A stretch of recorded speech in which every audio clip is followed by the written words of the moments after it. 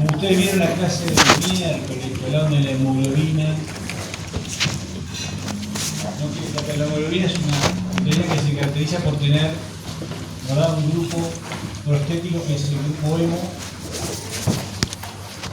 que tiene en el centro un metal que es el hierro,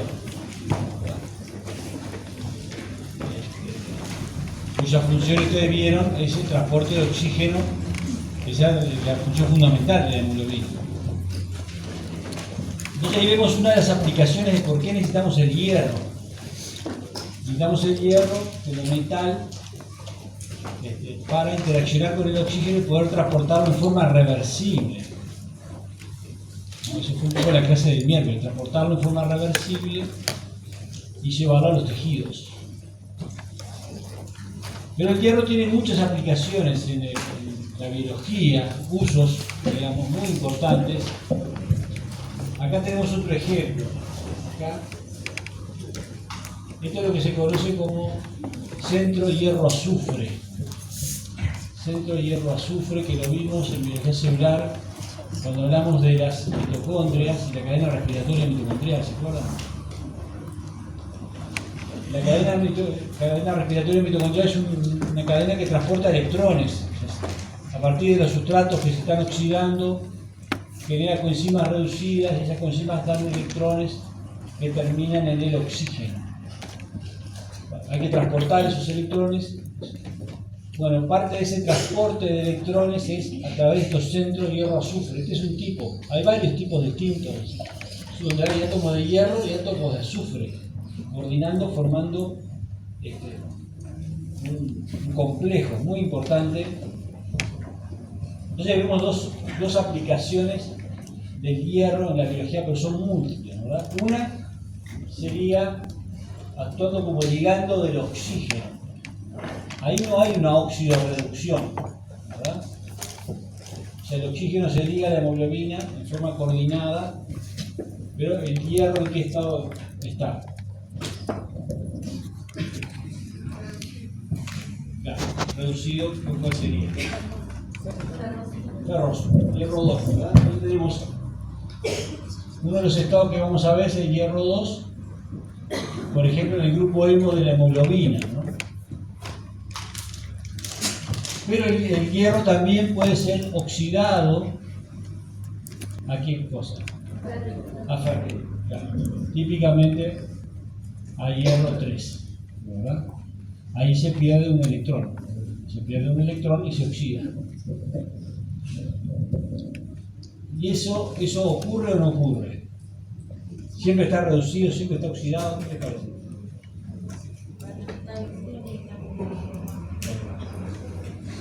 Y en el caso de los centros de hierro-azufre, ¿qué les parece acá? ¿Cómo está el hierro?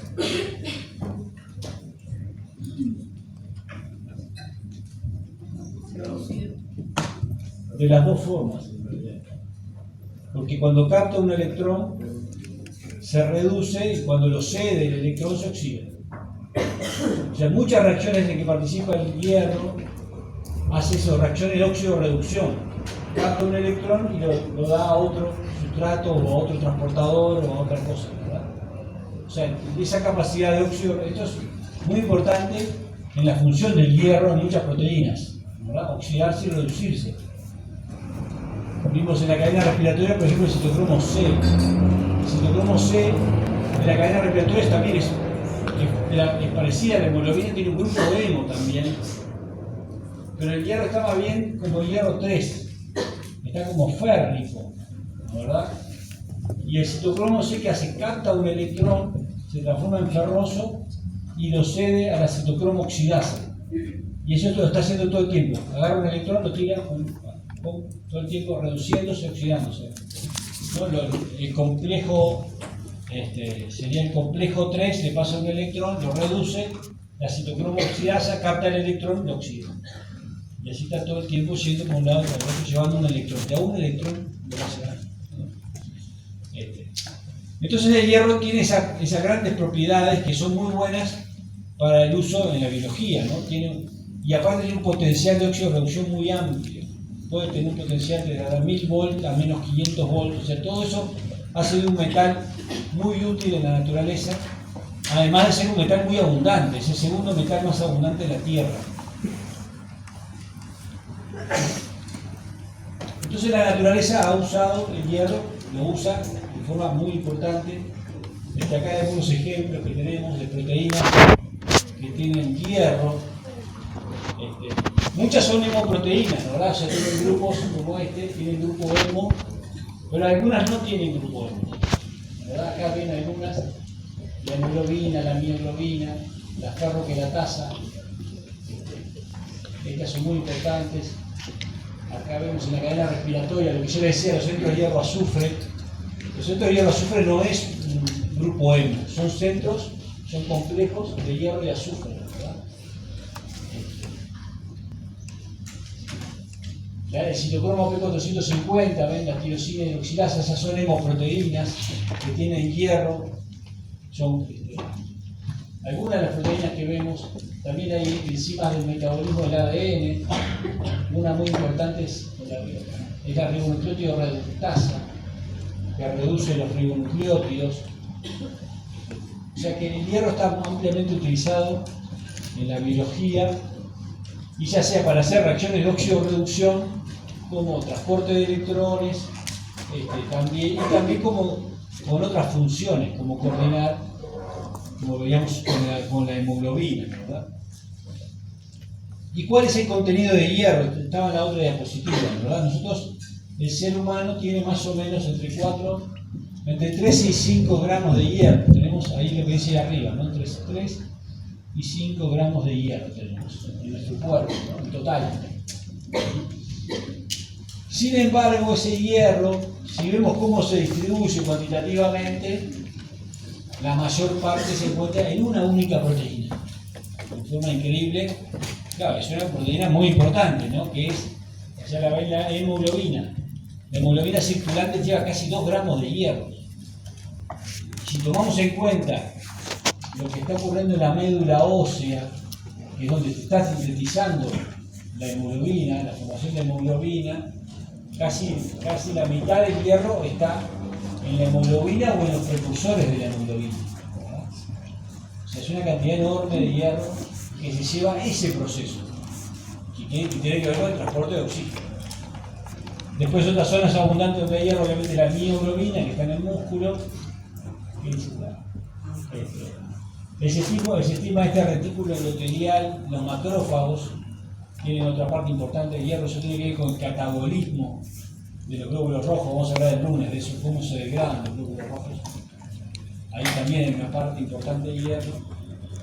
Y después tenemos una proteína que vamos a hablar hoy de reserva, que es la ferritina, que es donde se almacena el hierro. Tenemos un almacén de hierro. Tenemos un lugar donde podemos almacenar el hierro, y es esa proteína, la ferritina, donde hay más ferritinas en el hígado.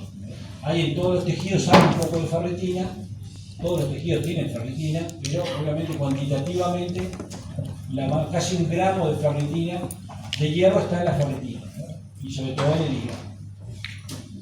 Y vamos a hablar de otra proteína que no es muy abundante, pero que es muy importante, que es la transferrina. Vamos a ver qué es la que transporta.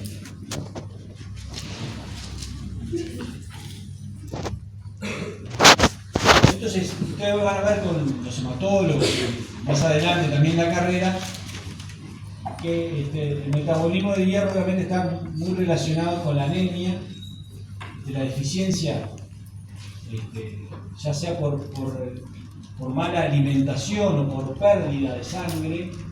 Eventualmente puede llevar a este tipo de anemia, que es la anemia ferropénica, se le llama, ¿no? Que da glóbulos rojos más pequeños, más pálidos. Eso es muy típico y muy frecuente es la anemia ferropénica. En general producida por pérdida de hierro, por pérdida de sangre, por pérdida de hierro. Pero también puede ser por un problema nutricional. O sea que es algo muy importante, muy relevante en medicina. Entonces, ¿cuáles son las necesidades diarias de hierro, verdad? ¿Y cuáles son las fuentes de hierro? ¿Cómo obtenemos el hierro en la dieta? Eso un poco vamos a discutirlo.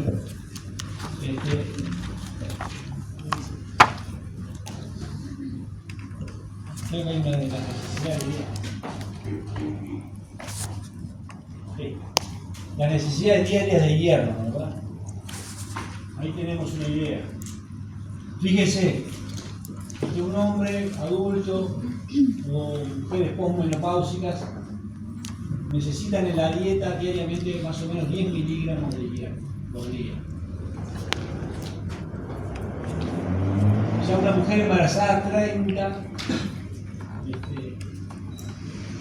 lactantes 10, fíjense, jóvenes 20, o sea, la edad, digamos, reproductiva, necesitan más. Y miren cuánto se absorbe, digamos, en realidad esto sería lo que debería estar presente en la dieta, pero la absorción no es muy alta, más o menos un 10% del hierro se absorbe de lo que nosotros comemos. O sea, es un proceso no muy efectivo, eso es un problema, ¿no? O sea, hay que comer bastante más para poder absorber un 10%.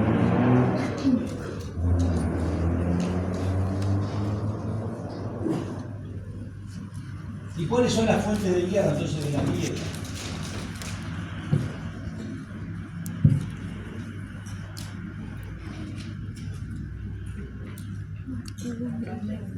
Claro, la carne es una de las fuentes más importantes. Y ahí el hierro, ¿por dónde viene el hierro de la carne? El grupo E. El grupo E.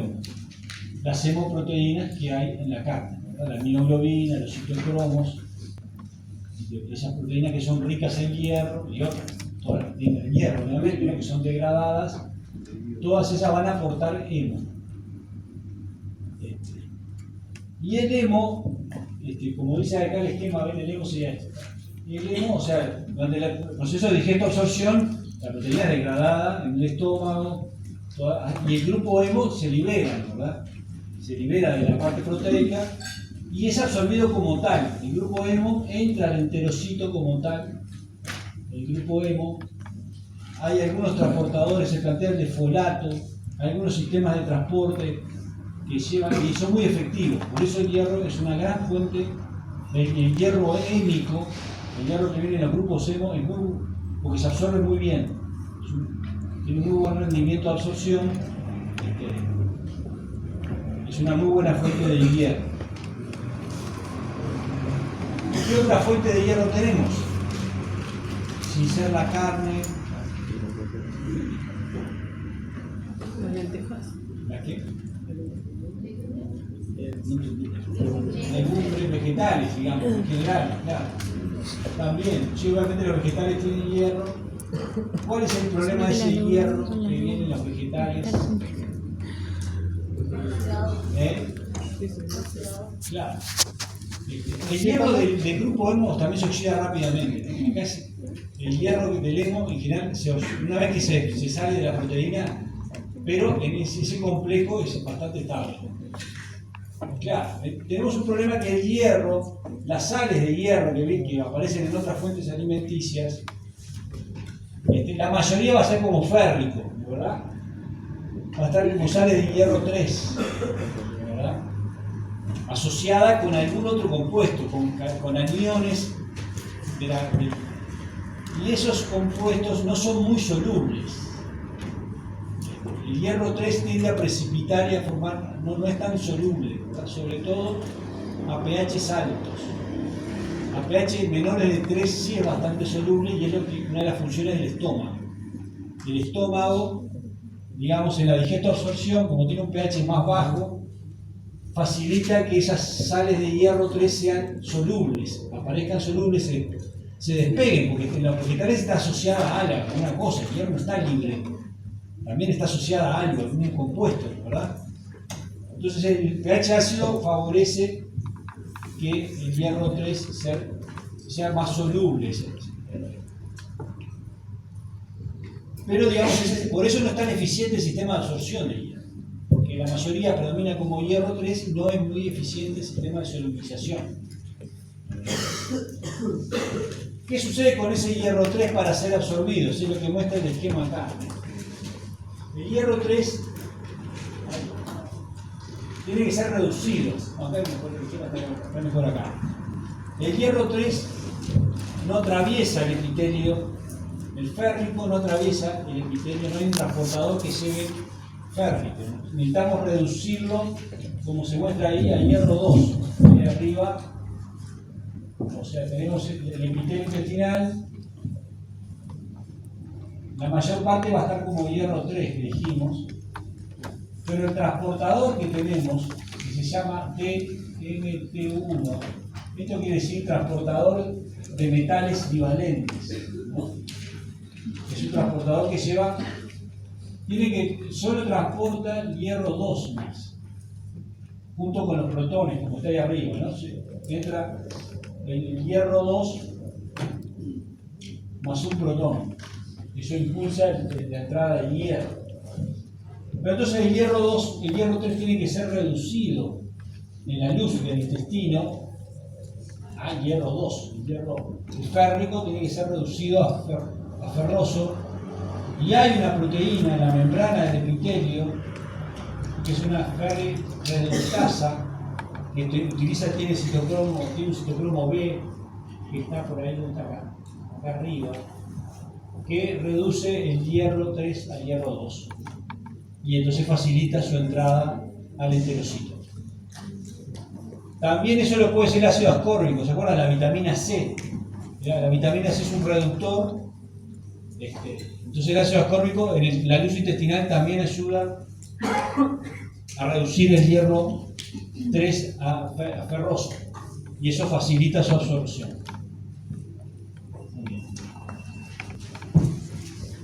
Entonces las fuentes de hierro fundamentales tenemos el hierro en sales o inorgánico, llamémoslo así, y el hierro hélico, que proviene sobre todo de las carnes o las fuentes animales, las fuentes animales de comida, ¿no? ¿Verdad? ¿Qué se le da? ¿Saben? A los pacientes que tienen anemia ferropénica, ¿qué se le da?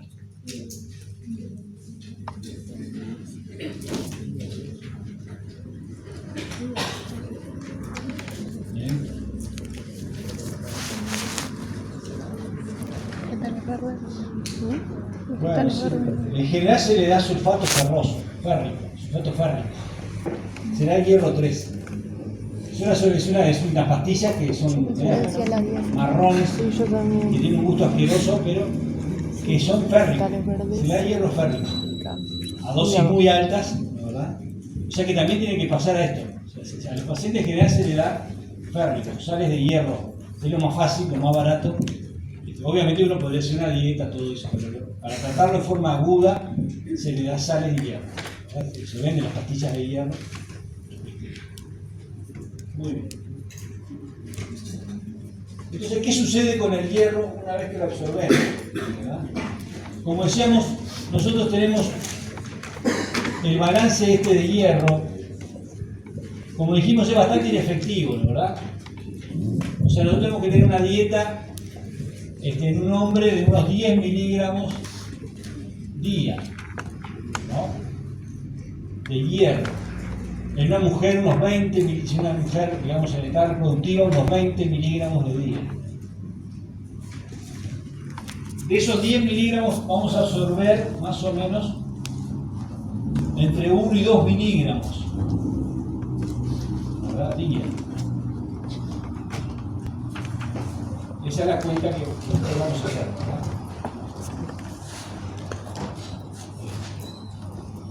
Entonces, ¿qué sucede con este hierro dentro del enterocito? Acá está. Dentro del enterocito, el hierro puede tener dos destinos ferrosos, ¿no? Uno es ir a la ferritina, que ahora vamos a hablar qué es, y otro salir del enterocito. O sea, uno puede quedarse en el enterocito el hierro y quedarse atrapado en la ferritina, o puede salir por la membrana vasolateral hacia la sangre para hacer. Ahí el hierro, vamos a ver, hay un transportador muy importante en la membrana vasolateral que se llama ferroportina. La ferroportina también transporta hierro 2. transporta hierro 2, lo saca hacia la membrana vasolateral del enterocito.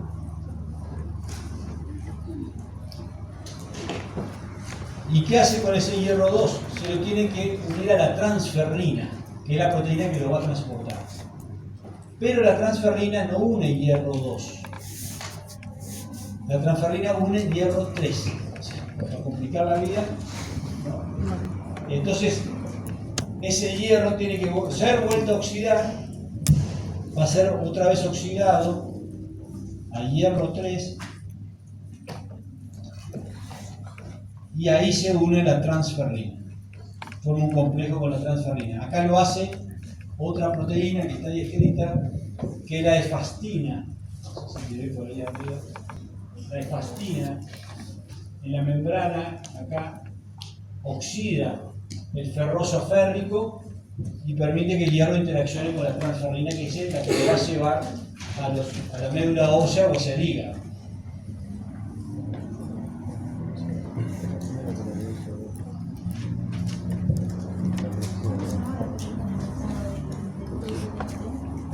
Efastina, ya está, efastina. También en la sangre hay una proteína que se llama la celuloplasmina, ¿se acuerdan bien de la que hace el PRD? La celuloplasmina hace la misma reacción también. Oxida el hierro 2 a hierro 3, la celuloplasmina tiene una actividad ferrooxidasa. Tiene cobre, es una proteína que tiene cobre en el plasma. ¿Cómo? ¿Qué es la efastina? Pero es una proteína que está en la sangre, ¿no? ¿Verdad? La efastina está pegada a la membrana. Es una proteína que está pegada a la membrana, asociada al enterocito, a la membrana del enterocito. No está libre de la circulación.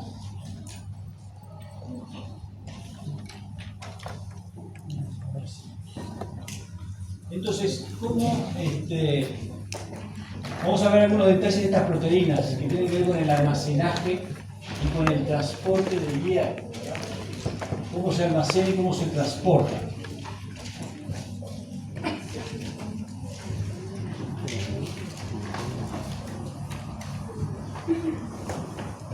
Entonces hemos desarrollado una proteína que nos permite almacenar el hierro en las células, que es la ferritina. Vamos a hablar de esa y luego vamos a hablar de la transferrina, que es la que la transporta. La ferritina es una proteína que está formada por 24 subunidades, de dos tipos de cadenas. Una cadena, cadenas H o pesadas, se llama esta pesada, y una cadena y L o liviana.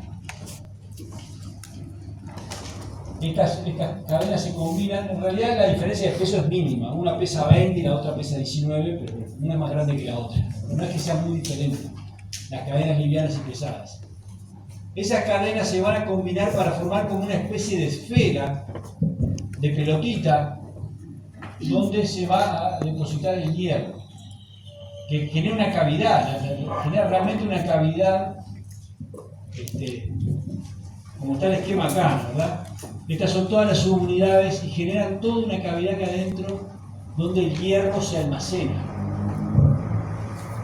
Y todas las células tienen ferritina, ¿no? ¿Verdad? Pero obviamente, lo que decíamos acá hay ferritina. Por ejemplo, en la célula hay ferritina también, ¿verdad?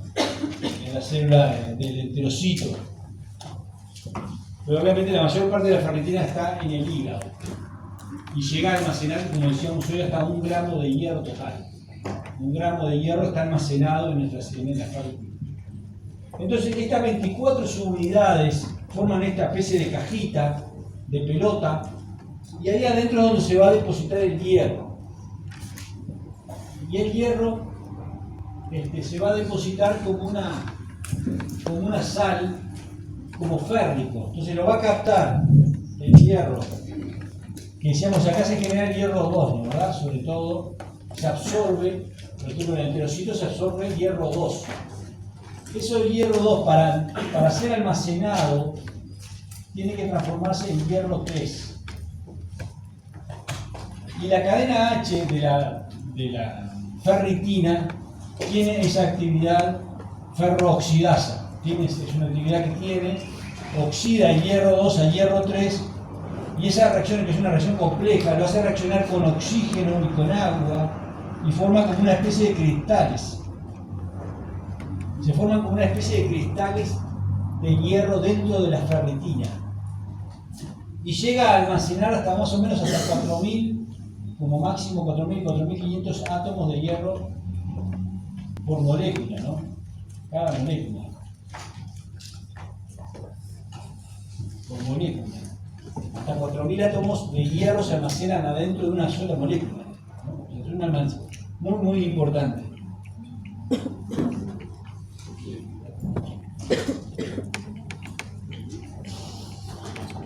Entonces, se necesitan las cadenas H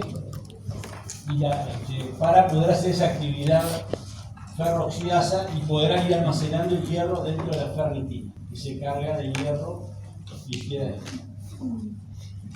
Si los tejidos se expresan en distintas proporciones, creo que acá hay un esquema de los distintos tejidos, como decíamos, hay 24 en total, ¿verdad?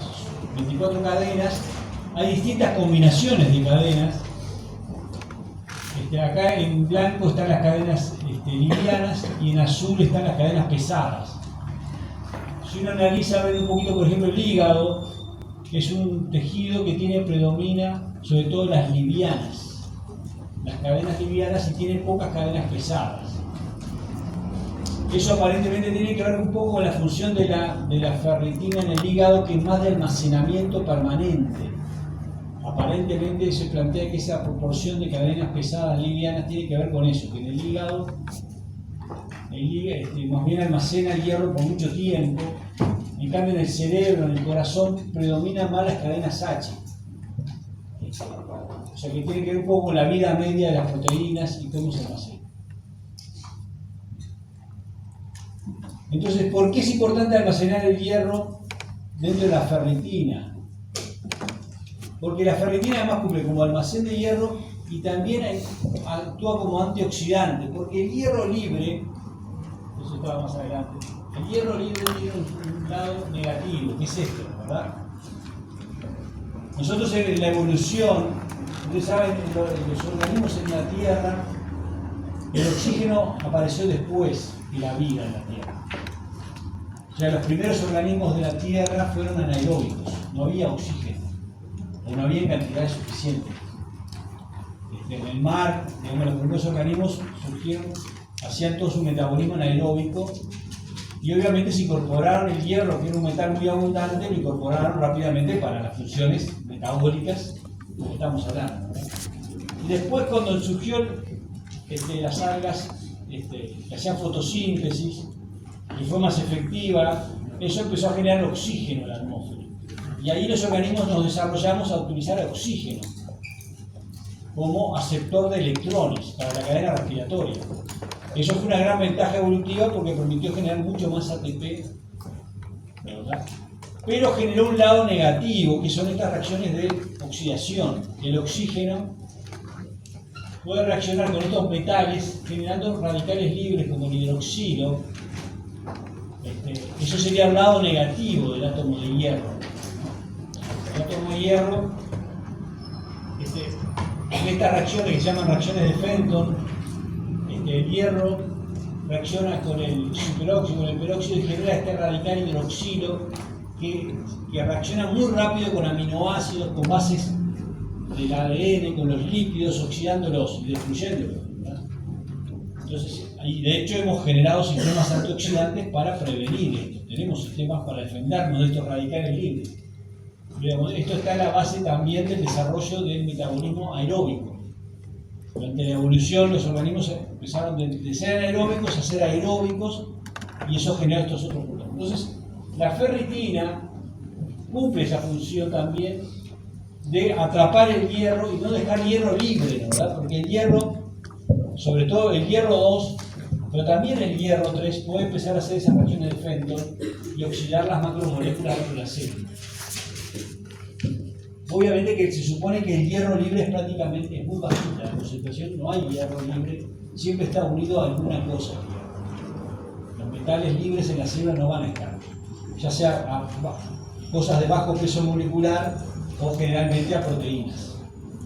Entonces la ferritina cumple esa función, almacena hierro y evita la toxicidad del hierro. En caso de sobrecarga de hierro, hay otras enfermedades que se llaman sobrecarga de hierro, ustedes van a ver algún ejemplo, la hemocromatosis sobre todo. La ferritina puede llegar a saturar su capacidad de almacenar hierro. Y tiene una cierta capacidad, calculan 4.500 átomos. Si sigue aumentando el hierro va a empezar a depositarse por fuera, porque en general está todo adentro de esta cavidad, ¿verdad? El hierro se empieza a depositar por fuera de la molécula y genera lo que se llama la hemosiderina, que es una forma de ferritina que está llena de hierro, ahora pegado también por fuera, que se tiñe con unos colorantes muy especiales que se ve en los casos de aumento de una sobrecarga de hierro muy importante.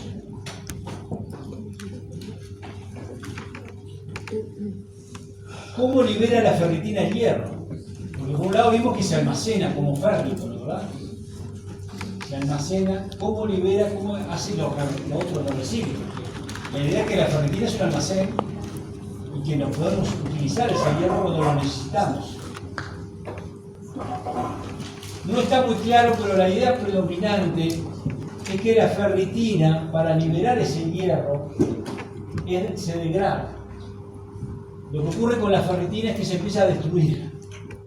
O sea, cuando la célula necesita hierro, o sea, que tiene que sacar el hierro de acá adentro, lo que hace es más bien degradar a la ferritina por el proteosoma o por el lisosoma, la empieza a desarmar, como quien dice, y ahí capta el hierro y lo vuelve a utilizar. Esa es un poco la idea predominante ahora.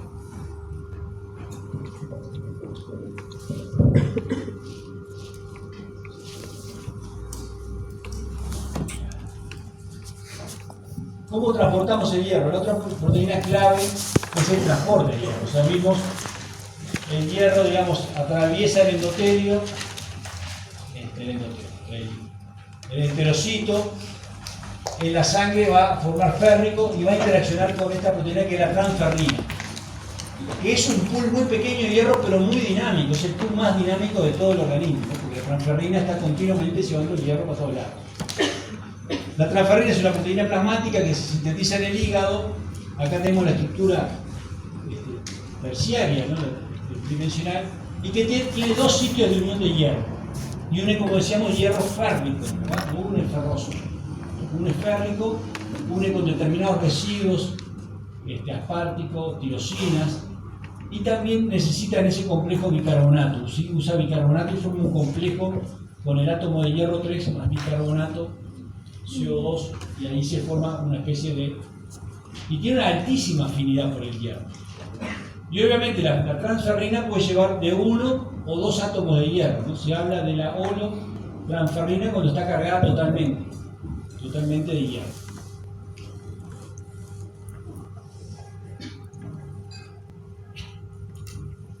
¿Y cómo hace el delivery? ¿Cómo lleva el hierro a las células? La transferrina. La transferrina, tenemos dos receptores de transferrina, pero el predominante en todas las células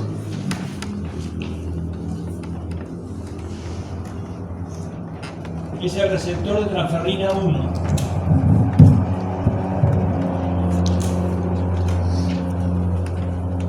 El receptor de transferrina 1 es el que está distribuido en todas las células. También hay uno que se llama el receptor de transferrina 2. Este tiene que ver con la regulación del hierro, no con la captación. Su función no es captar hierro, sino más bien regularlo. Entonces, el receptor de transferrina 1, que es el que está en todas las células, o casi todas por lo menos, lo que hace es lo que ven ahí en el esquema de arriba, ¿no? Como decíamos, el receptor tiene una altísima afinidad por la transferrina cargada de hierro, la holotransferrina. Cuando está cargada de hierro, el receptor une la transferrina y lo que ocurre es una endocitosis mediada por la trina, ¿verdad? Hay un proceso activo que se une el receptor, se media y se forma un endosoma, como se muestra de arriba. Ese endosoma, para que la transferrina, como yo decía, la transferrina tiene una altísima afinidad por el hierro. para que libere ese hierro, lo que hace el endosoma es acidificar. Tiene que bajar el pH en la luz, tiene que bajar el pH para que la transferrina cambie de conformación y libere el metal, el férrico, ¿verdad? Para eso bombea, tiene un sistema de bombas que acidifican el endosoma, utilizando ATP, no bombean a gradiente protones. Eso acidifica el endosoma y ahí se libera el férrico. Pero el férrico todavía está metido acá adentro. Para salir el férrico, va a usar un transportador igual que tenía la membrana, el DMT1, ¿verdad? El transportador de metales divalentes. Pero ese transportador, como dijimos, transporta ferrosos, no férricos. Entonces nosotros tenemos un sistema, o sea, tenemos el endosoma, ¿verdad? Donde se bombearon protones. Está acá, digamos, el receptor con la transferrina que liberó el hierro 3. Bueno, se liberó el hierro 3. Pero hay otra proteína dentro de este endosoma. Está por un lado este transportador que decíamos el DMT1, ¿no? Es el mismo, de la misma familia que veíamos del enterocito, el DMT1. Pero lo que tiene que hacer esto es reducirlo. Hay una proteína que es una ferrirreductasa que va a reducir el hierro 3 dentro de la luz. El hierro 3 a hierro 2, y el hierro 2 es el que sale hacia el citosol. El hierro 2 sale hacia el citosol de la célula. De esa manera se hace el delivery, la llegada de hierro a las distintas células a través de la transferrina. Y la transferrina vuelve, ¿no? ¿Verdad? Lo que se muestra acá. Se libera el hierro pasa por el DMT1 hacia el citosol, y la transferrina y el receptor vuelven otra vez a la superficie. Como la transferrina perdió el hierro, ya pierde mucha afinidad por el receptor. De modo que la luz, el receptor libera la transferrina y queda el receptor disponible otra vez para empezar el ciclo de hierro. O sea, el receptor tiene alta afinidad por el complejo transferrina-hierro. Y el hierro, obviamente, en el citosol va a ir a la ferritina o a donde tenga que ir, a la mitocondria, por ejemplo, que es uno de los destinos más importantes. Así es como captan las células el hierro, por ejemplo, en la médula ósea, ¿verdad? La médula ósea, que es donde se sintetiza gran parte de toda la hemoglobina, necesita el hierro para hacer el grupo hemo, o sea que está captando permanentemente transferrina por este mecanismo y sigue, va captando más de esa forma. ¿Entienden? Esto más o menos es lo mismo.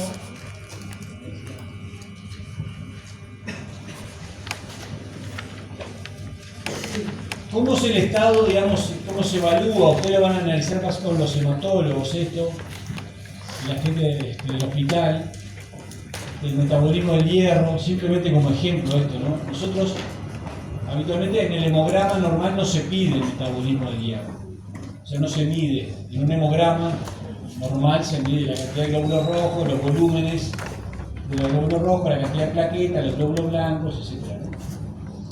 O sea que hay que pedir que el metabolismo del hierro se mide en el laboratorio clínico, hay que pedir estos análisis, se mide la sideremia, que sería la concentración de hierro en sangre, ¿verdad? Se mide la transferrina, la concentración de transferrina, ¿verdad? Total que hay en la sangre, y se mide también la saturación de la transferrina, o sea, cuánto está saturada esa transferrina. Y se mide esto que es la ferritina en la sangre, lo cual parece medio raro, ¿no? Parece medio raro, pero es así, se mide también la ferritina. Habitualmente ustedes van a ver que la transferrina está más o menos un tercio saturada. O sea, de la cantidad total de transferrina que tengo, yo solamente en un individuo normal tengo un tercio aproximadamente que está saturado. Pero acá ven, bueno, acá dice hasta el 50, 16, pero digo, lo básico sería que un tercio de la transferrina está saturada y el otro está libre. O sea, tengo una capacidad de amortiguar. Si aumenta el hierro, yo puedo amortiguar, tengo sitios libres de transferrina todavía. Y habitualmente la ferritina que aparece en la sangre no tendría tanto una función de transporte de hierro, sino más bien sería como un reflejo de parte de células que se están muriendo y que liberan, aparece en la sangre una cierta cantidad de ferritina. Y se utiliza mucho porque es un índice de la cantidad de hierro almacenado. Si un individuo, digamos, tiene altos niveles de ferritina en la sangre, probablemente quiere decir que tiene altos niveles de almacenamiento de hierro en sus tejidos. Y lo contrario, si tiene bajos niveles de ferritina en la sangre, es porque los tejidos tienen baja cantidad de ferritina. Es una manera indirecta de medirlo, ¿entienden? Pero no tendría una función importante en el llevar el hierro ni nada, simplemente es un reflejo y se utiliza por eso, ¿verdad? O sea, las personas que tienen una anemia ferropénica, que le falta el hierro, habitualmente la ferritina baja. La cantidad de ferritina que hay en la sangre baja, ¿por qué? Porque los depósitos son bajos. Yo tengo bajos depósitos en el hígado y es mucho más difícil medir la ferritina en el hígado. Tengo que hacer una biopsia, mucho bastante más cruenta. Entonces medirlo así es más fácil.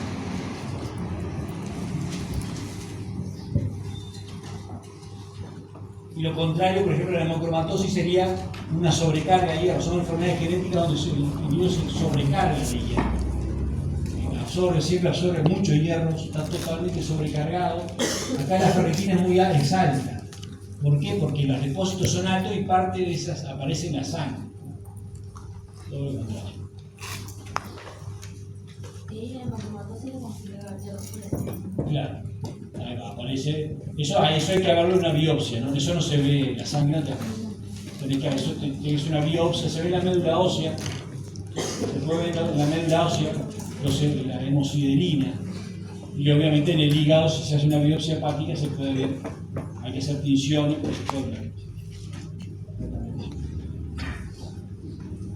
Muy bien. ¿Cómo regulamos el metabolismo del hierro? Esto es bastante complejo y hay como dos niveles de regulación. Uno a nivel de la célula y otro a nivel más general, más organismo total. A nivel de la célula, vamos a hablar de estos mecanismos que tienen que ver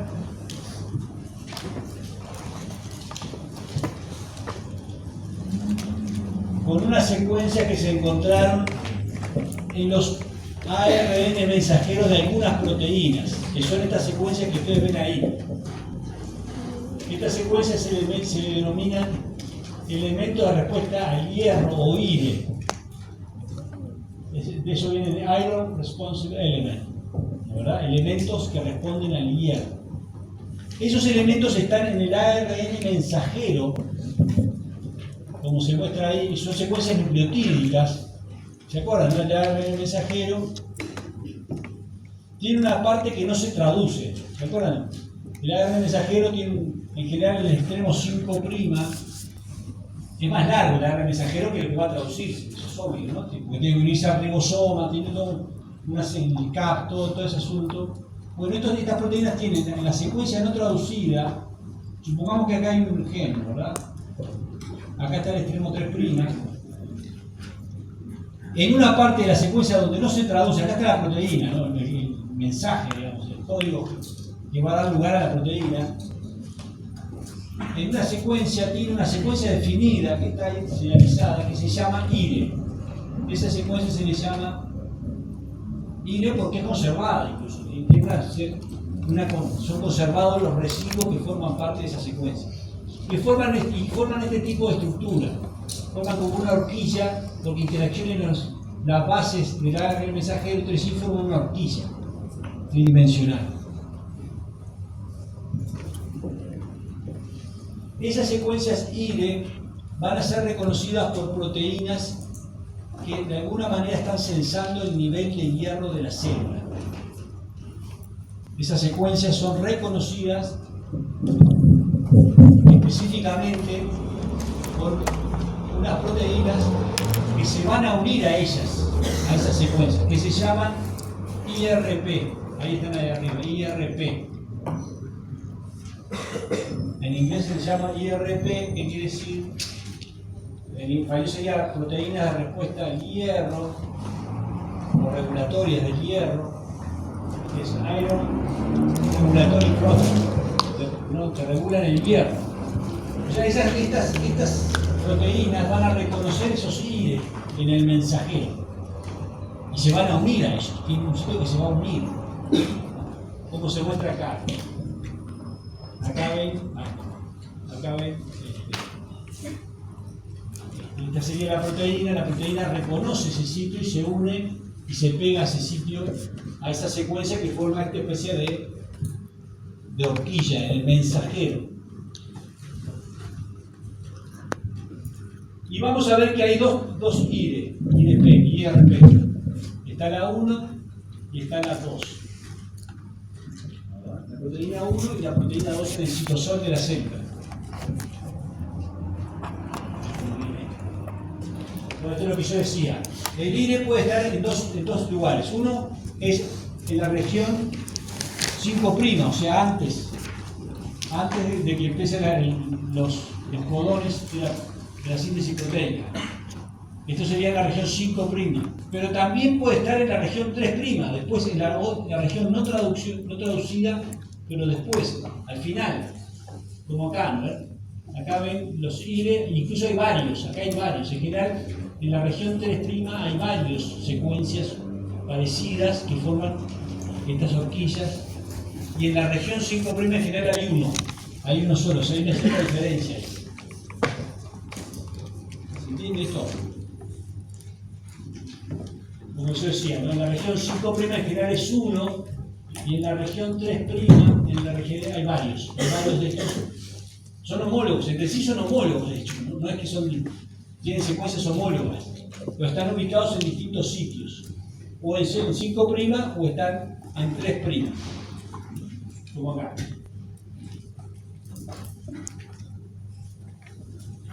Entonces, ¿cómo actúa este sistema? Estos sensores, estas proteínas, IRP1 y IRP2,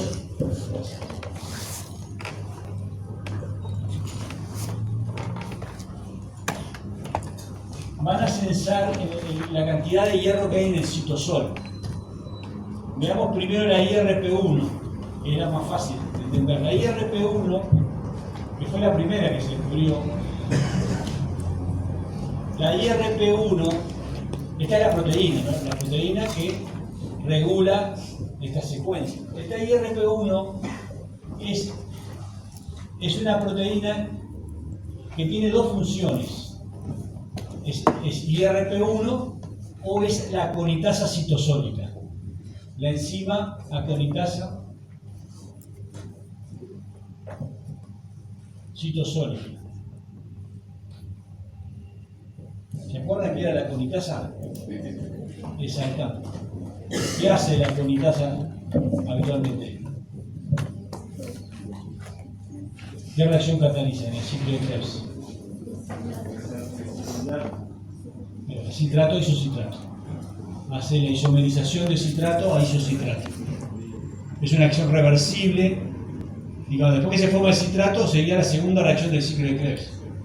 Se forma el citrato, oxalacetato, acetil-CoA, se forma el citrato, después el isocitrato. Eso lo hace la aconitasa mitocondrial. También hay una aconitasa citosólica que hace la misma reacción.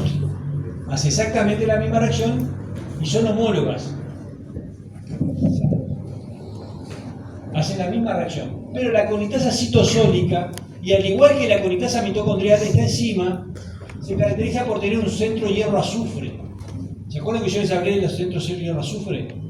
Bueno, esta enzima tiene un centro hierro-azufre, que es como un cuadradito, es difícil de dibujar, pero es un centro que tiene azufre.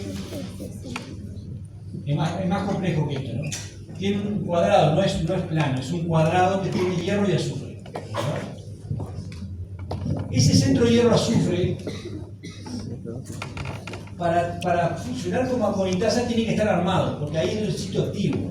El centro hierro-azufre es el sitio activo de la enzima. pega el sustrato y produce la isomerización. Y tiene un átomo de hierro que se llama un hierro lábil. Tiene un átomo de hierro, supongamos que es este, que se le llama el hierro lábil. Ese hierro quiere decir que cuando los niveles de hierro bajan, lo pierde el centro. Y pasa de aconitasa, y entonces ahí, si va para allá, se pierde el átomo de hierro ese. Se pierde el átomo de hierro y el centro ahora queda desarmado. Se desarma el hierro. Se desarma el centro. El centro de hierro azufre queda desarmado. Supongamos, le falta un átomo de hierro. Y ahí la proteína se transforma, ya pierde la actividad aconitasa, porque al perder ese átomo de hierro pierde ya no es más aconitasa, no puede catalizar la reacción, y se transforma en IRP1. O sea, la misma proteína, perdiendo un átomo de hierro, se transforma ahora en una proteína que reconoce los sitios IRE. ¿Entienden? O sea, que es una doble función, o es aconitasa o es IRP. ¿Y eso de qué depende? Depende de que haya hierro o no haya hierro. Si hay suficiente hierro, si los niveles de hierro son altos, va a ir hacia allá, hacia la derecha de ustedes, ¿verdad? Y si los niveles de hierro son bajos, se va a desarmar el clúster y se va a activar esta actividad IRP1. ¿Entienden? Y se va a pegar a los sitios IRE. Ahora la proteína, cuando baja el hierro, va a ir a reconocer los sitios donde están los mensajeros con estas secuencias. Eso sería una de las funciones. Y acá vemos el ejemplo, ¿ven? El clásico, porque esto es ¿dónde están las secuencias? Digo, obviamente, ahora tenemos que ver los mensajeros. ¿Qué mensajeros tienen estas secuencias? ¿Verdad? No todos los mensajeros tienen estas secuencias. Algunos mensajeros tienen estas secuencias serias.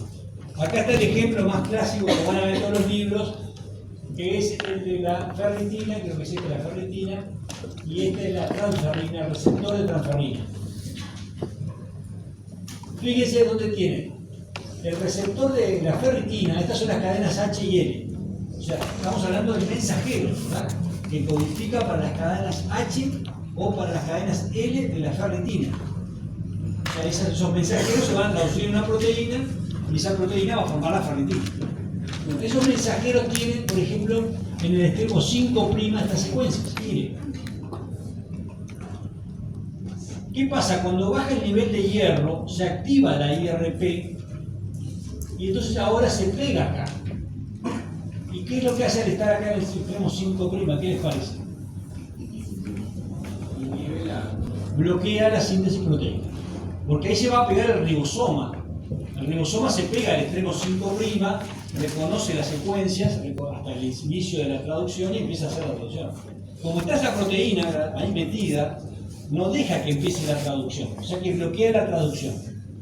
De modo que la consecuencia de que el IRP se pegó acá es que voy a tener baja expresión de ferritina, o sea la ferritina va a disminuir, porque tengo menos cadenas L y menos cadenas H.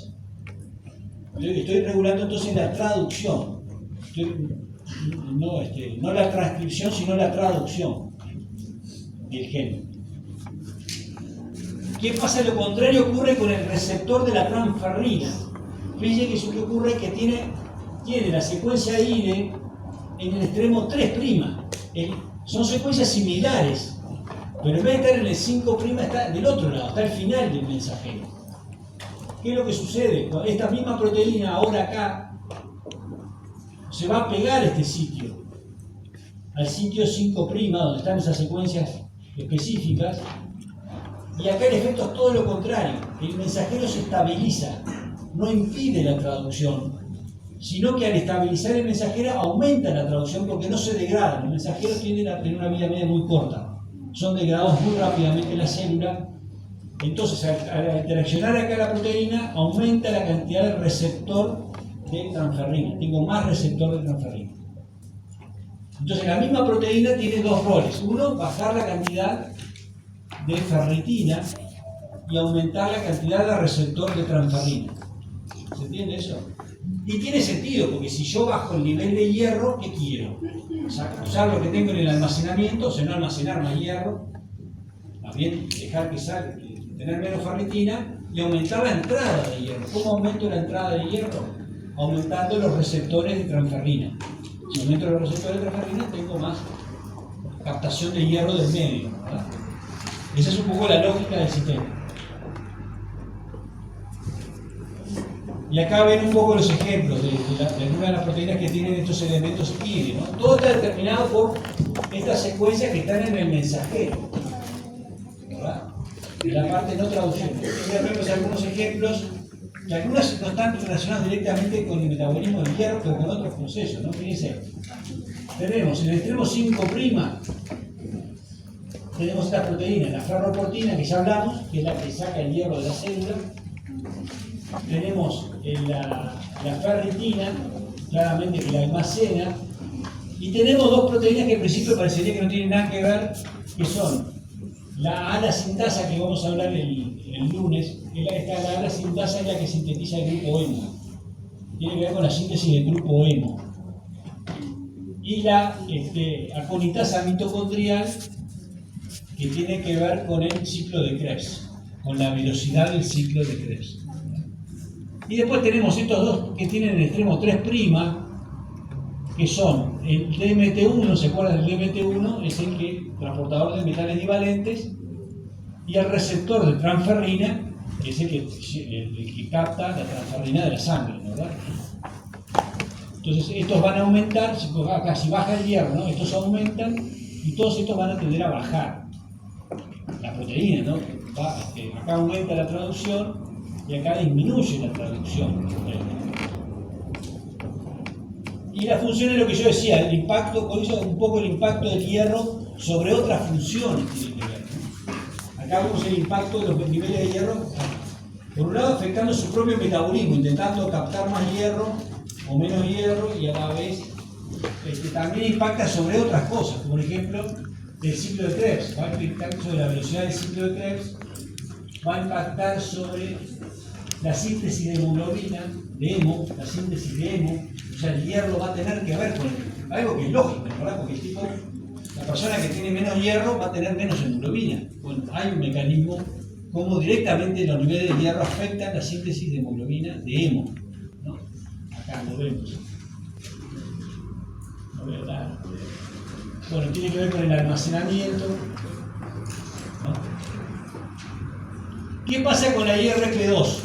Esta es, digamos, el ejemplo de la IRP1 es bastante sencilla. La IRP2 es un poquito más complicada. La IRP2 es esta de acá. Son bastante homólogas, aunque no idénticas. Digamos, la función es la misma, es censar los niveles de hierro. O sea, ambas proteínas, lo que yo decía, la IRP1 o aconitasa citosólica, está censando los niveles de hierro del citosol. La IRP2 hace lo mismo, pero lo hace por un mecanismo diferente. Lo hace por un mecanismo un poco diferente, que es un poquito más complicado. La IRP2 sería este es el formato que tiene. Esta es la zona donde se pega el ARN mensajero, y lo que tiene está asociada a una proteína que es la FBNX, que capta hierro, que sensa los niveles de hierro. Y de acuerdo a los niveles de hierro se activa su actividad ligasa de ubiquitina. Ustedes saben, las proteínas que van al proteosoma, habitualmente el proteosoma degrada las proteínas. ¿Saben ustedes eso? El proteosoma es un organelo muy grande, el proteosoma.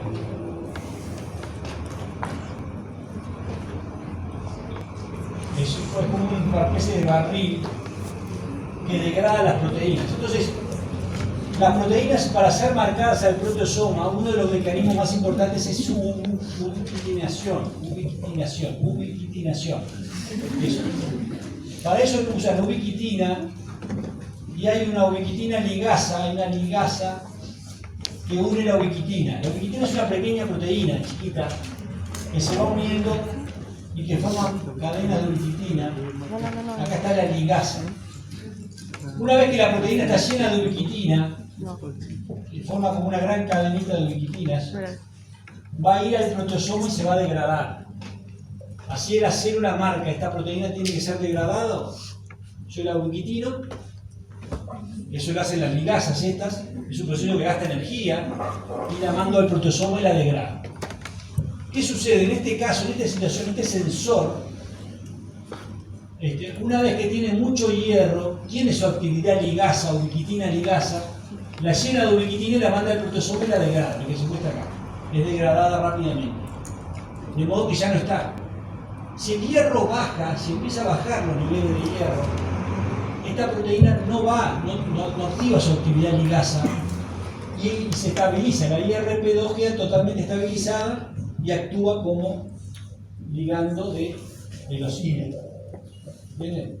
O sea que acá el sensor de hierro es un poquito más indirecto, pero es la misma idea. Si aumento mucho el hierro, la proteína es degradada, y si bajo el hierro se estabiliza. Se estabiliza y no es degradada. Lo que muestra allá. La ligasa lo lleva al protosoma y rápidamente lo descompone. Es un poquito más complicado. La unión de la ubiquitina la hace La ligasa, la FSL es una de estas que está acá. Es una que está acá, es esta, la E3L. Pues todo esto es un sistema que está activado y que depende de que esta tenga o no hierro. Es esta, la E3, pero entonces. No es ella misma no es ubiquitina, hay otra que la ubiquitina y depende de este complejo de carga. Esta es la ligasa que depende de que esté esta proteína con o sin hierro. Ahí va. Entonces, estos son los sensores intracelulares. Tenemos sensores intracelulares de hierro que de alguna manera se van a mover de acuerdo a si el nivel de hierro está correcto o no, y va a regular lo que decíamos, ¿verdad? Los mensajeros, una vez que se activen las IRP, la 1, la 2, o las dos a la vez, se pueden activar las dos a la vez efectivamente, van a ir a interaccionar con los IRE, los mensajeros, los IRE, ya sea en el extremo 3' o en el extremo 5', acá bloqueando y acá promoviendo la síntesis proteica. Por ejemplo, este es el receptor de transferrina, este es el ejemplo de la ferritina. En caso que el nivel de hierro sea adecuado, y que yo no necesito activar las IRP, porque ahí más bien ocurre lo contrario, ¿no? Este se transforma en la conitasa, viene acá el centro, esto ahora la IRP1 se transforma en la conitasa. Y esta es degradada, la IRP2 es degradada. Si hay hierro, es degradada rápidamente y no. Entonces ahí dejan de interaccionar. Y bueno, la traducción no quiere decir que sea cero, ¿no? O sea, vamos a intentarlo, no quiere decir que ahora es cero, simplemente que hay menos o más. O sea, los mensajeros siguen existiendo, van a tener una cierta cantidad de traducción, pero no es tan estimulado ni vida, ¿se dan cuenta? O sea, no es que los mensajeros dejen de existir, simplemente que van a estar en una velocidad normal, se llamémosle así. ¿Se entiende la idea?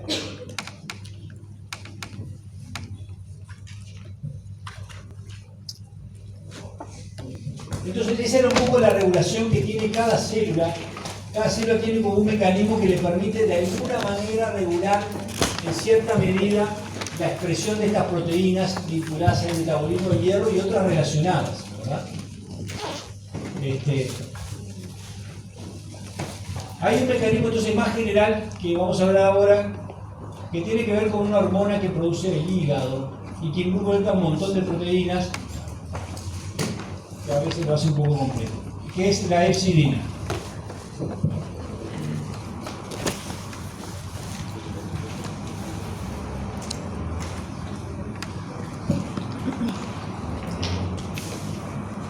Mira, ahí están en alguna, ahí no se ve nada, hay un montón de proteínas, ¿no? Se las dejo para la PowerPoint.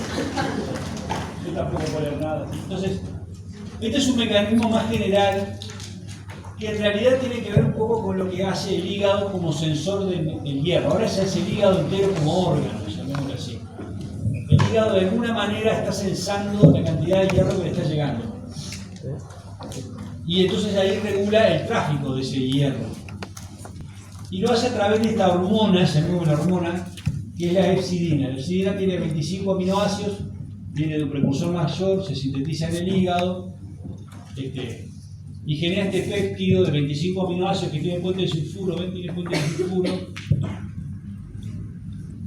y que se descubrió casi buscando otra cosa, se descubrió como un agente antimicrobiano, no muy potente, pero se descubrió haciendo otra cosa que no tenía nada que ver con esto.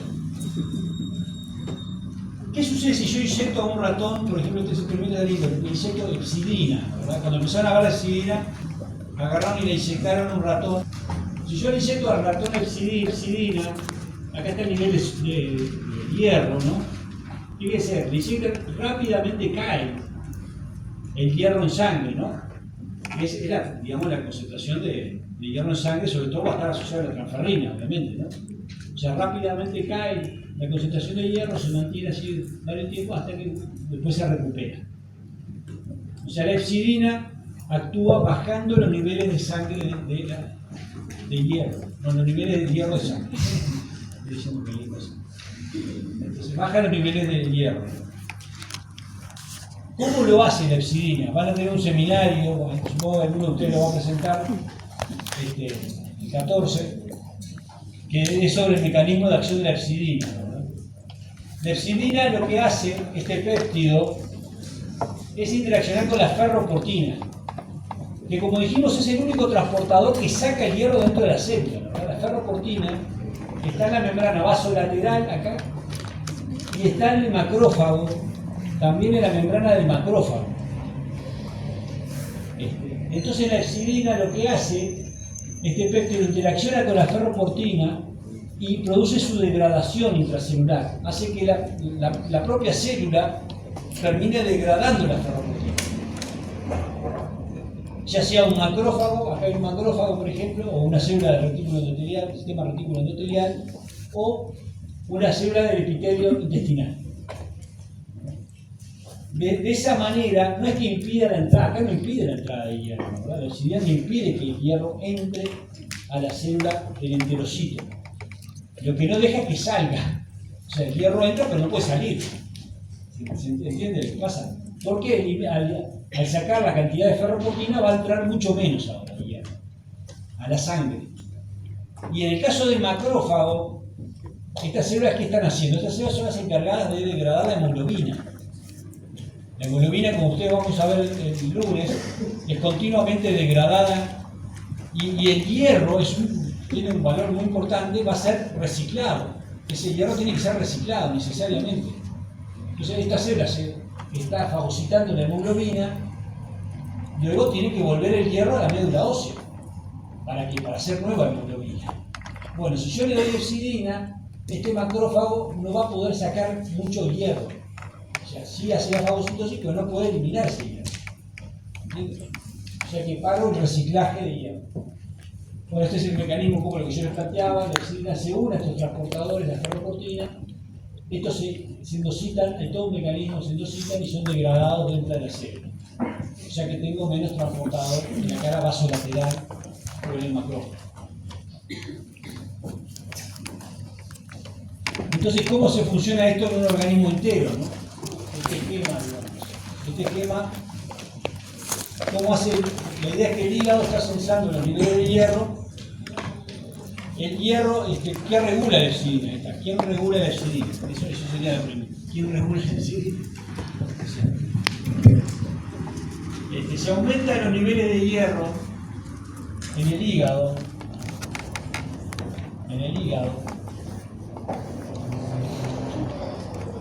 ¿Qué va a pasar?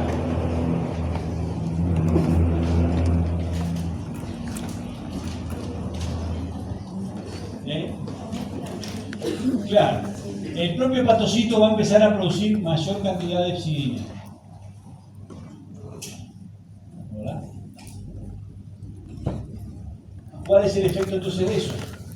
Tengo más epsidina en la sangre.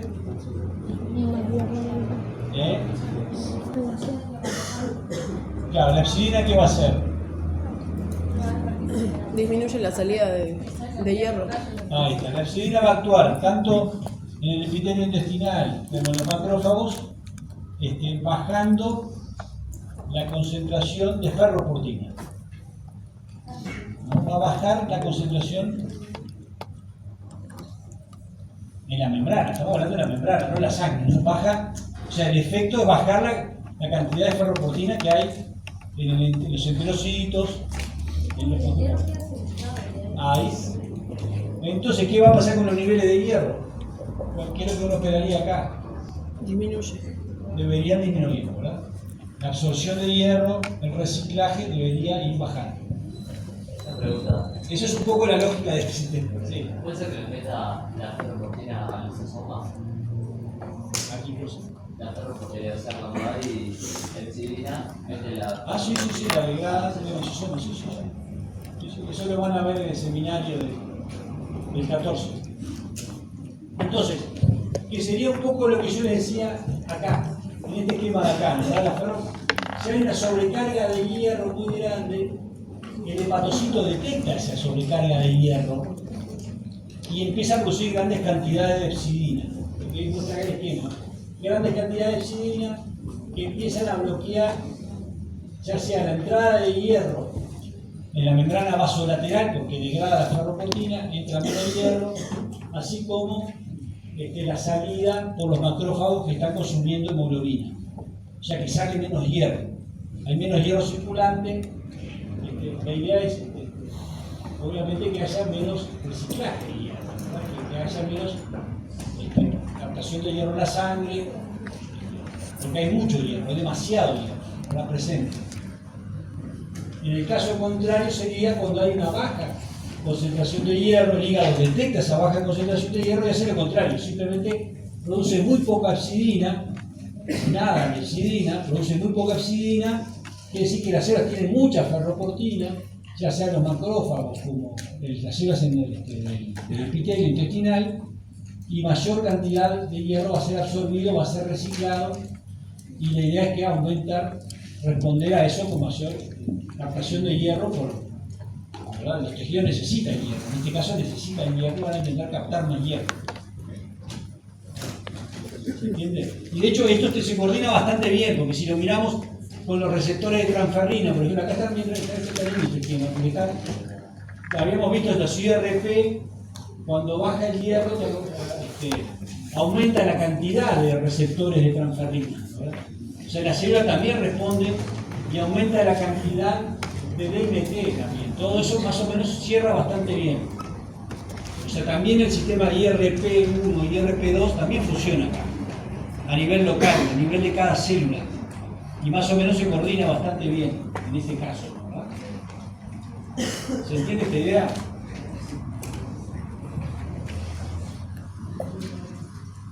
Bueno, esto es lo mismo, ¿no? O sea, ¿qué otros estímulos? Digamos, el hierro es uno de los que regula la cantidad de epsidina. Pero hay otros factores que también influyen en la cantidad que el hígado produce de epsidina, que están reseñados acá arriba, ¿verdad? Otro factor que es la inflamación. O sea, los niveles de hierro inhiben cuando aumenta, cuando baja el hierro aumenta. La inflamación también estimula la producción de epsidina. Entonces eso ya se había visto hace muchos años, que muchos procesos inflamatorios crónicos, pacientes que tenían inflamación crónica tenían anemia, sufrían anemia. Individuos que tenían tuberculosis, ¿no? Una enfermedad de mucha larga evolución, inflamatoria, crónica, una de las cosas que sufrían era anemia de esos individuos. Acá hay una cierta explicación de ese fenómeno.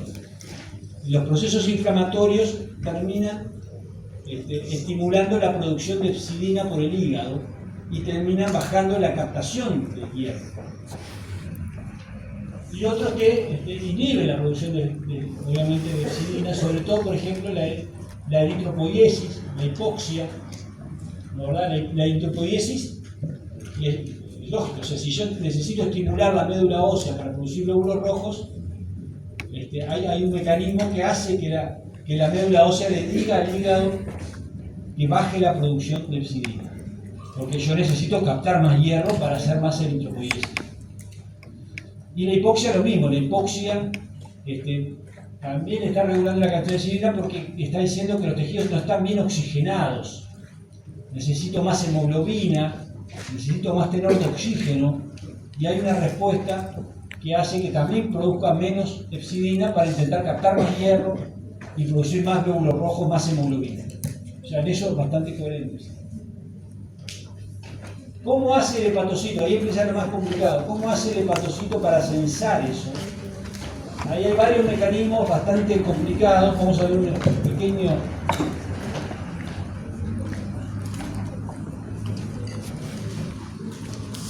Y hay un mecanismo que implica el receptor de la transferrina. Como yo les decía, tenemos dos receptores de transferrina, ¿no? ¿Verdad? Tenemos el receptor de transferrina 1 y tenemos el receptor de transferrina 2. El receptor de transferrina 2.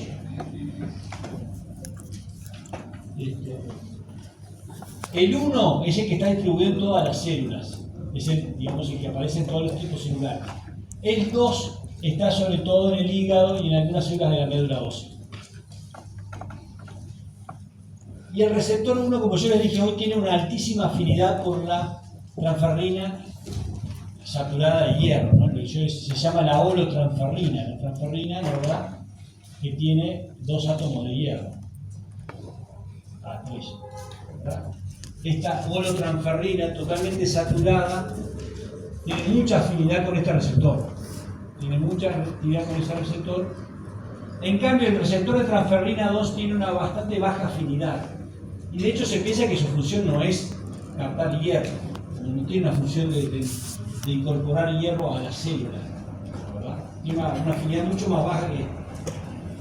¿Qué sucede cuando el receptor de transferrina 1 está asociada a otra proteína en el hígado que se llama, está asociada a otra proteína que se llama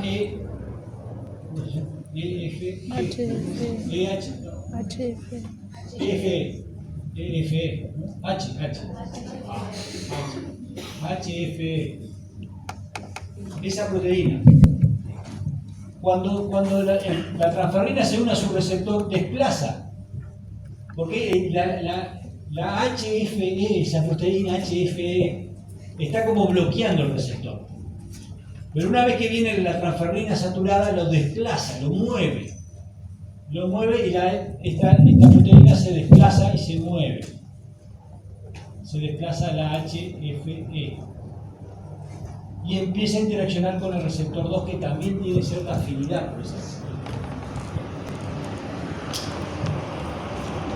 Y por esta vía, digamos, es que se activaría la cadena de que termina produciendo hacia adentro del hepatocito. Hay una serie de señales que terminan produciendo epsidina. Génesis, ¿verdad? Que está un poco representado ahí arriba.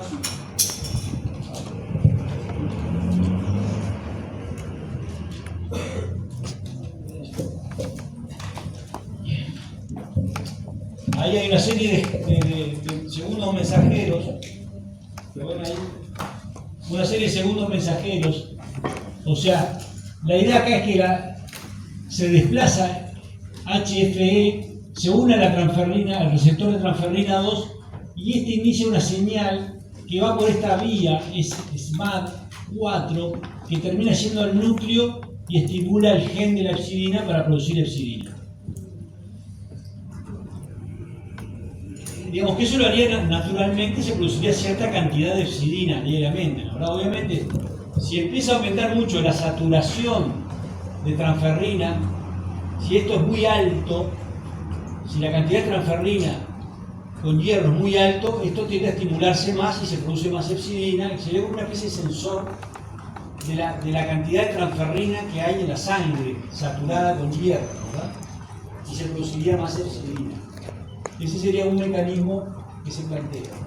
La proteína esta HFE ya se conocía hace mucho tiempo, porque en esa proteína es donde están la mayoría de las mutaciones que producen la enfermedad de hemocromatosis. La hemocromatosis son varias, son muchas enfermedades, pero hereditarias, donde la persona empieza a acumular hierro, acumula hierro en el hígado, que puede llevar a la cirrosis y a la muerte, ¿no? Algunas son más rápidas, otras son más lentas. Hay distintos tipos de hemocromatosis, pero la mayoría de las mutaciones ya se conocían en este gen, en la proteína HFE. Ya se sabía que esta proteína tenía que ver con la captación de hierro. No se sabía en su rol, ahora hay un poquito más de... ¿saben? Aparentemente su rol es ese, estar sensando la cantidad de transferrina saturada y ahí induciendo dentro del hepatocito la formación de hepsidina. ¿Verdad? En esas mutaciones lo que pasaba era que estaba siempre activa, ¿entienden? Las mutaciones que produce la hemocromatosis lo que hacían era que independientemente de la concentración de hierro, la HFE siempre estaba estimulando esta vía, era como que siempre estaba estimulando la formación de hepsidina. Por lo menos esa es una de las ideas que hay. Entonces eso es uno de los mecanismos que se regularían en el hepatocito. Otro más complicado todavía es el que produce esta señal que está acá, que es el BMP6. Esta señal también sensa los niveles de hierro y actúa sobre un receptor para el BMP que termina yendo hacia el mismo lugar, hacia los mismos segundos mensajeros y hacia la concentración de hepsidina. Estas proteínas BMP6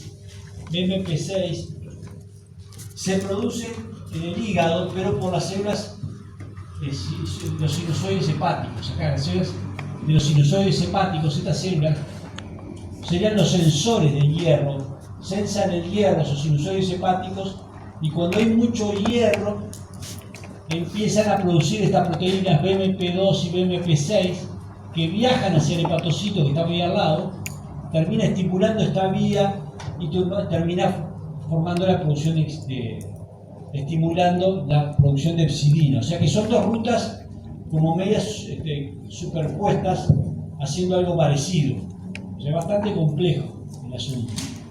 Acá se plantea esto, que es el sinusoide hepático que está sensando el hierro. Y no se sabe bien cómo lo sensa tampoco. Porque hay que aumentar la producción de BMP6, ese viaja. Entonces ese es un mecanismo que está regulando la hepsidina a nivel hepático. Como decíamos, la inflamación, también la inflamación es un potente estímulo de la hepsidina.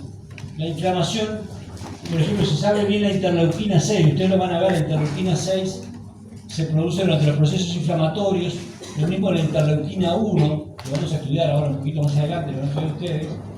Bueno, hay receptores de interleuquina 6 en el hepatocito que por otra vía también va a estimular la producción de hepsidina. De forma que si hay una inflamación crónica, eso aparentemente se considera que es una línea de defensa de la inmunidad innata. ¿Se acuerdan? Ahí ustedes van a ver que hay una inmunidad innata porque los microorganismos para crecer necesitan hierro. Entonces sacar un poco de hierro de la sangre haría que sea menos favorable su crecimiento. O sea, uno lo podría ver como una cosa beneficiosa, pero obviamente a largo plazo es malo, ¿verdad? Porque uno elimina el hierro de la sangre, entonces el organismo crece menos. Eso se podría ver como una especie de defensa innata. Obviamente que en forma crónica es malo porque termina teniendo una anemia.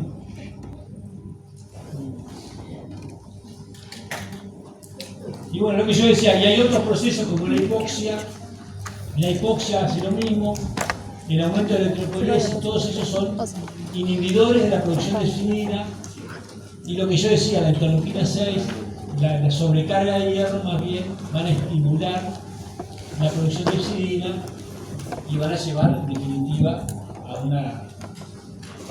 a menor captación de hierro. Entonces, un poco resumiendo, si ya nos vamos. Entonces, tenemos, como decíamos, nosotros tenemos un sistema que es bastante poco eficiente, ¿no? ¿Verdad? A pesar de lo que vimos,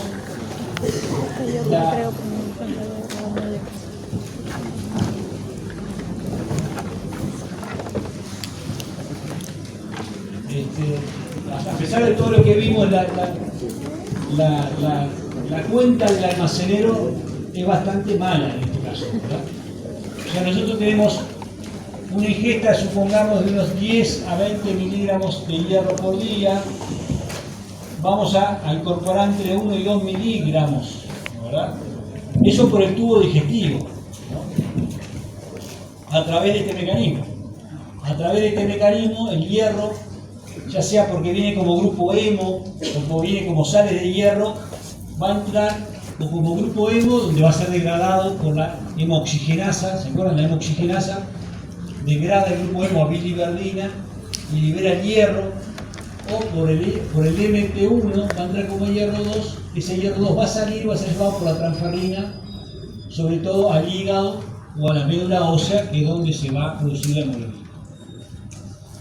Pero la mayor parte en realidad del hierro, porque nosotros, ¿por qué tenemos que tener este balance, ¿verdad? Nosotros tenemos lo que dice de arriba, captamos absorbemos 1 a 2 miligramos por día. Para mantener el balance cero, eso es para mantener el balance cero. ¿Por qué? Porque perdemos más o menos lo mismo, 1 a 2 miligramos por día. ¿Cómo lo perdemos el hierro? No tenemos un mecanismo de pérdida regulada.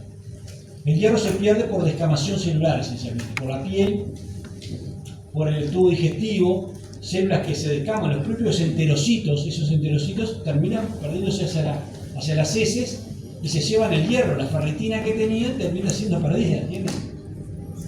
O sea, ahí se pierde hierro. Estamos perdiendo por día entre 1 a 2 miligramos de hierro por día. Y lo perdemos por esto. Y a esto hay que agregarle otra cosa. En el caso de las mujeres, la menstruación, que obviamente bastante más, y por eso las mujeres necesitan en la etapa reproductiva un consumo de hierro mayor, porque hay una pérdida mayor de hierro, tenemos un balance mayor de pérdida. Aparte hay una aporte de hierro. Bueno, ahí está, eso es embarazada. Claro. Entonces, eso es importante. El feto, durante el embarazo, el consumo aumenta también mucho del hierro. Esto se calcula que unos 300 o 250 miligramos a lo largo de los 9 meses se van a necesitar para el desarrollo del feto. Es una cantidad enorme de hierro que también la embarazada debe captar en su dieta. Obviamente que va a utilizar sus reservas, si no. Tiene las reservas de hierro también. Entonces nosotros tenemos que estar reponiendo lo que son las pérdidas de hierro, esos 1 a 2 miligramos por día. Pero ¿dónde está el balance total? Esa mayor cantidad de hierro, estos 1 a 2 miligramos reponen solamente lo que perdemos, ¿verdad? La mayor parte del hierro que se utiliza en la electropoiesis, ¿de dónde sale?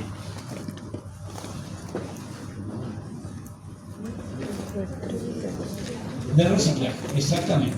Es lo que se muestra de arriba. O sea, este circuito tiene un reciclaje que anda entre los 25 a 30 miligramos de hierro, ¿verdad? 25 a 30 miligramos de hierro es lo que está haciendo el sistema retículo endotelial, el sistema retículo endotelial y la eritropoiesis.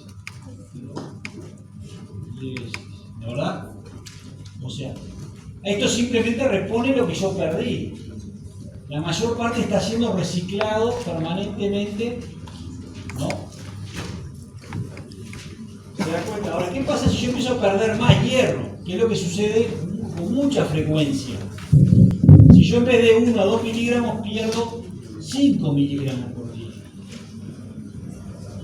Supongamos, esto puede ser una cosa bastante banal como una pérdida digestiva, puede ser grave como un tumor. Los tumores intestinales tienden a sangrar de forma oculta.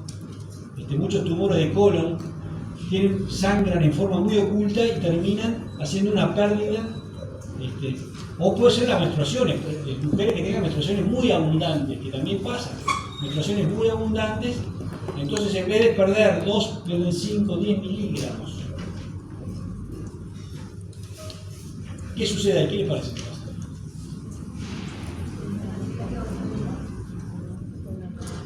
No mejora la absorción. No mejora la absorción. Bueno, podría mejorar la absorción, algo podría mejorar.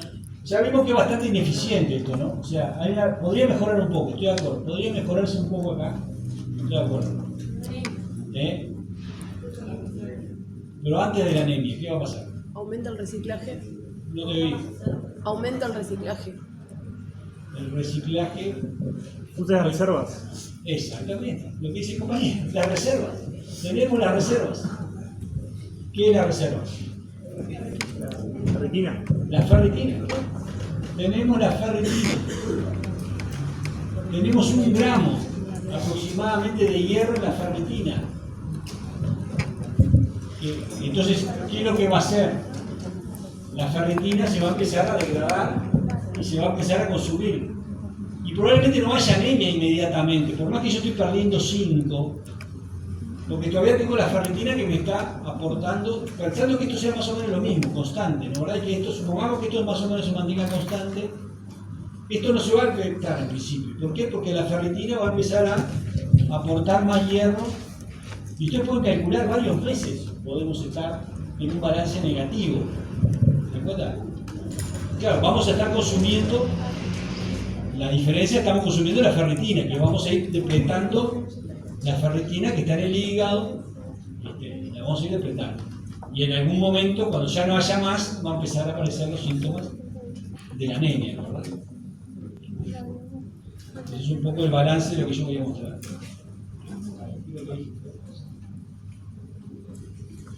¿Preguntas?